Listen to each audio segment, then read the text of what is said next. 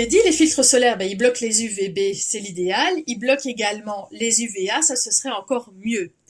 Et comment est-ce qu'on peut mesurer l'efficacité d'un filtre solaire? Eh ben, on a une mesure qu'on appelle le SPF. Le SPF, c'est le fameux chiffre que vous allez retrouver sur votre produit solaire.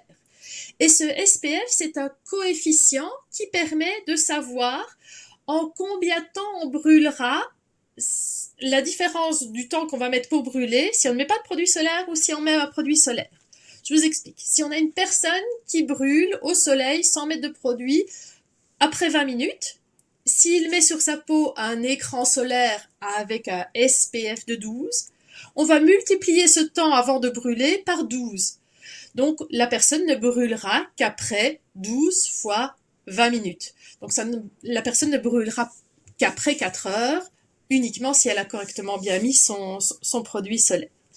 Donc, le SPF est vraiment une mesure de l'efficacité vis-à-vis de la brûlure du soleil.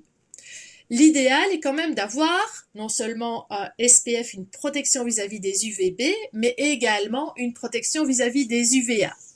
Et vous allez retrouver sur vos produits solaires le fameux SPF 50 pour la plupart qui va déterminer l'indice de protection vis-à-vis des UVB. Et en dessous de votre produit solaire, il faut absolument que les petites catégories qui sont mises en dessous, vous allez voir qu'il y a un UVA et ce UVA doit obligatoirement être entouré par un petit sigle.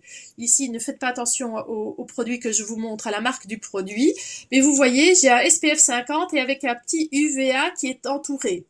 Ça signifie que la protection par rapport aux UVA est au moins d'un tiers par rapport à la protection aux UVB. Donc on est sûr d'avoir un produit solaire qui sera efficace contre les UVB, mais également contre les UVA. Alors les rayons UV, il faut s'en protéger par un produit solaire, mais cette protection par le produit solaire, elle va dépendre énormément de la quantité avec laquelle de produits solaires avec laquelle vous allez vous enduire et aussi de la fréquence avec laquelle vous allez vous enduire de produits solaires.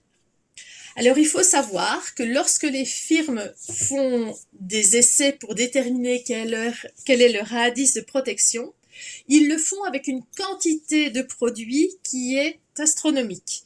Ici, on parle d'1 gramme par centimètre carré. Les firmes pharmaceutiques font la plupart du temps l'essai avec 2 mg de produits par centimètre carré du corps.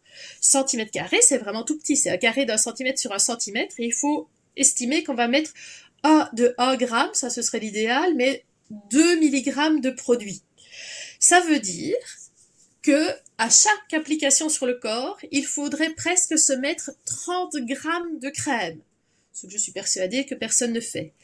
Et renouveler l'application du produit solaire très très régulièrement, idéalement toutes les 2 à 4 heures suivant l'activité que l'on a, et à chaque fois avec la même quantité.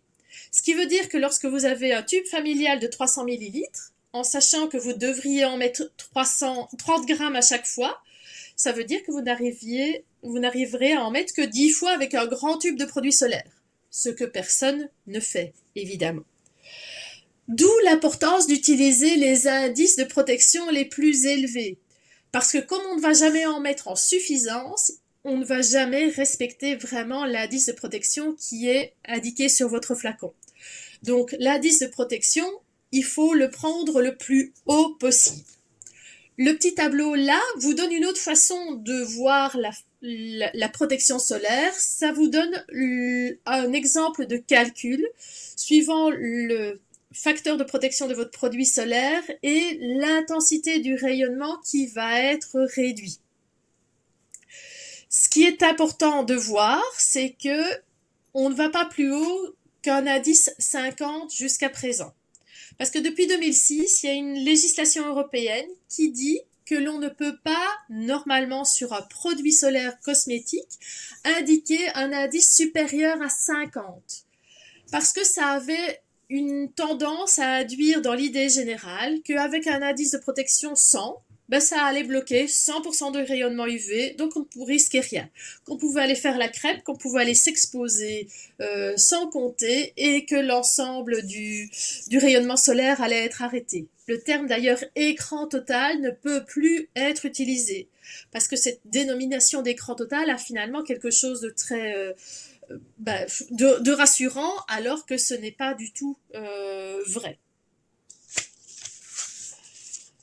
La protection que vous allez devoir appliquer, Noémie en a déjà parlé, elle va évidemment dépendre de votre phototype, dépendre de l'indice UV et surtout de la quantité de protection solaire que vous allez appliquer. Donc voilà les recommandations que l'on peut faire quand on a un phototype clair, c'est-à-dire les phototypes avec les numéros 1 et 2. La recommandation est d'utiliser au moins un SPF 30, l'idéal étant un SPF 50. Quand on a un phototype un tout petit peu plus résistant au soleil, un phototype 3 ou un phototype 4, là on peut se permettre de prendre un indice de protection 20 ou 30. Les peaux les plus mates, les peaux les plus noires, elles peuvent, elles, se contenter d'un indice de protection plus faible, 15 ou 20. Mais ça veut quand même dire qu'elles doivent mettre un indice de protection également, c'est extrêmement important. Noémie vous en a parlé, l'indice UV était également quelque chose d'extrêmement important. On ne se protège pas du soleil de la même façon si on est au sommet d'une montagne ou si on est dans son jardin à l'ombre, si on est sur la plage, si on est dans l'eau, parce qu'on a aussi cet effet de réverbération qui peut apparaître. L'heure à laquelle on s'expose est également importante. Et on n'assistera jamais assez d'appliquer sa protection solaire régulièrement, toutes les 2 heures et en quantité suffisante. Et lorsqu'on on l'applique partout. Il y a plein de zones qu'on oublie. Les oreilles, les tempes, la face intérieure des cuisses, la face intérieure des genoux. Ce sont des endroits qui sont souvent oubliés. Les endroits qu'on n'arrive pas toujours à atteindre non plus, que ce soit le dos, que ce soit le cou. Il faut demander à quelqu'un de s'enduire de crème. Et une zone que l'on oublie souvent et qui malheureusement peut être donc le siège de l'apparition d'un mélanome, c'est le dessous des pieds et même parfois entre les doigts de pied. Ce sont des zones qui sont jamais exposées en temps normal, mais lorsqu'on fait la crêpe et qu'on est sur le ventre, et l'arrière des pieds il est exposé au soleil. Et là, il y a très peu de protection naturelle, donc il faut pas oublier ces endroits-là lorsqu'on s'enduit de produits solaires.